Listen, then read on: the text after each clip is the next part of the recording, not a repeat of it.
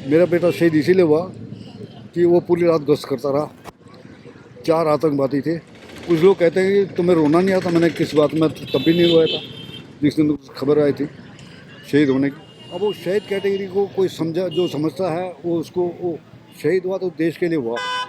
उसने देशभक्ति का परिचय दिया, एक्सट्रीम सेक्रीफाइस किया देश के लिए, तो शहीद हो गया।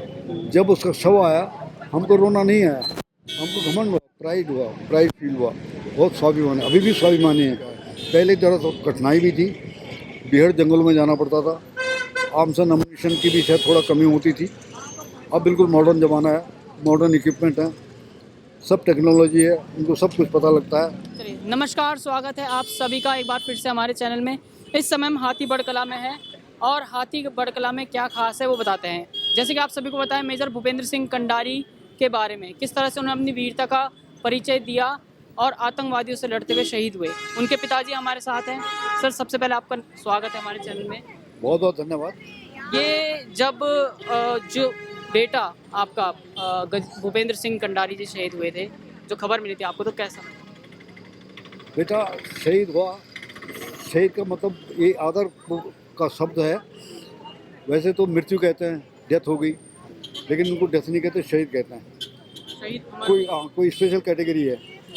अब वो शहीद कैटेगरी को कोई समझा, जो समझता है वो उसको, वो शहीद हुआ तो देश के लिए हुआ। उसने देशभक्ति का परिचय दिया, एक्सट्रीम सेक्रीफाइस किया देश के लिए, तो शहीद हो गया।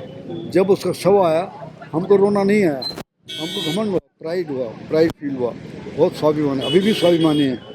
अभी मेरी एज बहुत होगी, 86 ईयर्स होगी, तो अभी भी मैं अपना कमज़ोर नहीं समझता कहीं भी, किसी भी क्षेत्र में, क्योंकि मुझे लगता है जैसे वो मेरे साथ हर समय है और वो शहीद है, देश का सबसे बड़ा, उससे ऊंचा कोई पद भी नहीं है।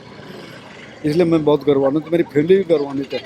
कुछ लोग कहते हैं कि तुम्हें रोना नहीं आता। मैंने किस बात में तब भी नहीं रोया था जिस दिन खबर आई थी शहीद होने की। और फिर वीरता पुरस्कृत भी है, सेना मेडल से भी है, और भी बहुत सारे पुरस्कार उसको मिले हैं। अच्छा, बात करें आतंकवादियों से लड़ते हुए कश्मीर में शहीद हुए थे मेजर साहब। जो कश्मीर उस समय का था और अब जो कश्मीर, जब कि भारत सरकार, प्रधानमंत्री नरेंद्र मोदी, अमित शाह, इन्होंने 370 हटा दिया है, अब वो घटनाएं कम होती हैं गोलीबारी की, जो भी आतंकी घटनाएं होती थी, तो कितना अंतर देखते हैं आप? कुछ सुकून मिलता है कि और जो फौजी जवान हमारे कश्मीर में हैं उनके लिए कुछ राहत की बात है? देखो, कम कम तो नहीं हुए, आतंकवादी गतिविधियां तो चल ही रही हैं, क्योंकि ये पाकिस्तान करवा रहा है, हिंदुस्तान से तो होती नहीं है, वहीं से होती हैं। वो और बढ़ाते हैं, कोई तरीका और ढूंढते हैं, परेशान करने के लिए करते रहते हैं। उस समय भी थी, अब भी है, लेकिन आतंकवादियों से जो लड़ रहा है, ये उनके बारे में कह सकते हैं कि वो पहले क्या थे, अब क्या है। पहले तरह तो कठिनाई भी थी, बीहड़ जंगलों में जाना पड़ता था, आर्म्स एम्यूनिशन की भी शायद थोड़ा कमी होती थी। अब बिल्कुल मॉडर्न ज़माना है, मॉडर्न इक्विपमेंट है, सब टेक्नोलॉजी है, उनको सब कुछ पता लगता है। सीसीटीवी कैमरे हैं, और भी बहुत सारे हिडन कैमरे होते हैं, उनसे पता लगता। पहले ऐसा कुछ नहीं था। मेरा बेटा शहीद इसीलिए हुआ कि वो पूरी रात गश्त करता रहा। 4 आतंकवादी थे, तो 2 पहले ढेर करते थे, 2 लास्ट में जब उनको आमने सामने हुआ, तो एक एक को मौका मिल गया। वो उनके कवच पहना हुआ था, सब पहना हुआ था, गोली कहीं लगती नहीं है, लेकिन आई साइड में इधर की तरफ, वहाँ पर जगह खुली रहती है थोड़ा, वहाँ एक गोली उनको लग गई, और गोली बड़ी सटीक लगी। और जिसने गोली लगाई वो बड़े निशाने से बैठा हुआ था, वो उसने कर दिया, लेकिन इसने उसको भी मार दिया था, उसको भी ढेर कर दिया था। तो उसके बाद जब हमें उसके बारे में ये पता लगा, बहुत बहादुरी के हमें ऊपर से प्रशंसा पत्र आए। Chief of the army staff होते थे जनरल बिज, उन्होंने पर्सनली एक आदमी अपना दूध भेजा हमें दिखाने के लिए, तुम्हारा बेटा बहुत बहादुर था, हम बहुत बड़ा पुरस्कार दे रहे हैं उसको। लेकिन पता नहीं क्या पॉलिटिकली कुछ हो गया, पुरस्कार तो सेना मेडल मिला, वो भी बहुत बड़ा है। तो उससे भी बड़ा हो सकता परमवीर चक्र, महावीर चक्र मिलने के चक्कर में था, काफ़ी उसने काम किया था। भारत माता के अमर सपूत नीचे करके सेना मेडल मेजर भूपेंद्र कंडारी के नाम पर जो द्वार बना, उसका लोकार्पण हमने यहाँ पर किया। इससे पूर्व मुझे याद है जब ये शहीद हुए थे, चौक का नाम हमने रखा था, उस समय जनरल खंडूरी सीएम थे, मैं उनको लेकर यहाँ पर आया था, क्योंकि शहीदों का सम्मान करना हर देशवासी का कर्तव्य है। हम किसी शहीद को वापस नहीं ला सकते हैं, लेकिन उसकी यादों को जिंदा रखना, उसकी वीरता का व्याख्यान करना हर देशवासी का कर्तव्य है।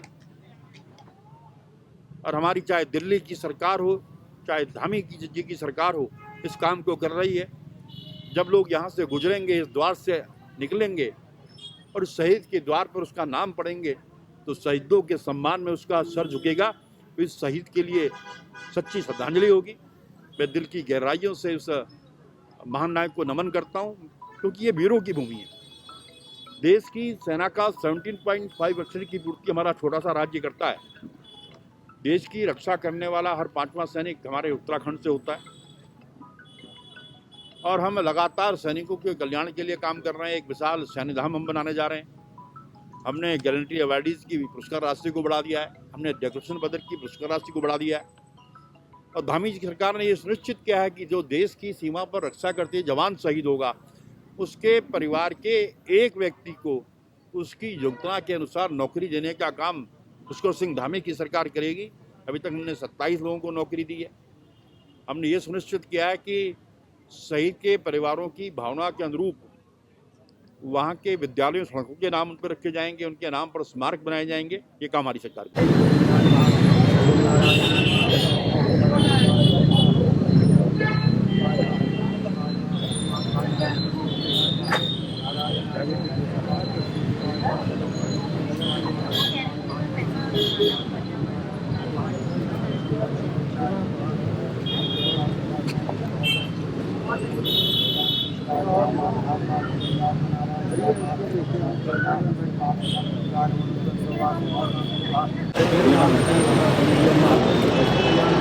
हाँ भाई यार, थोड़ा लेंगे, कोई बात नहीं, तो डूब जाए यार।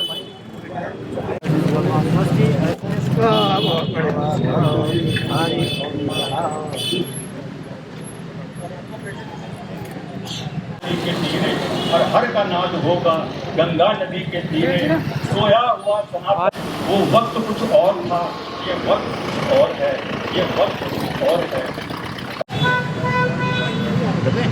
अनिल जी पीछे हो जाओ, पीछे हो जाओ, आप पीछे हो जाओ। हानि हानि आप हार मत करो।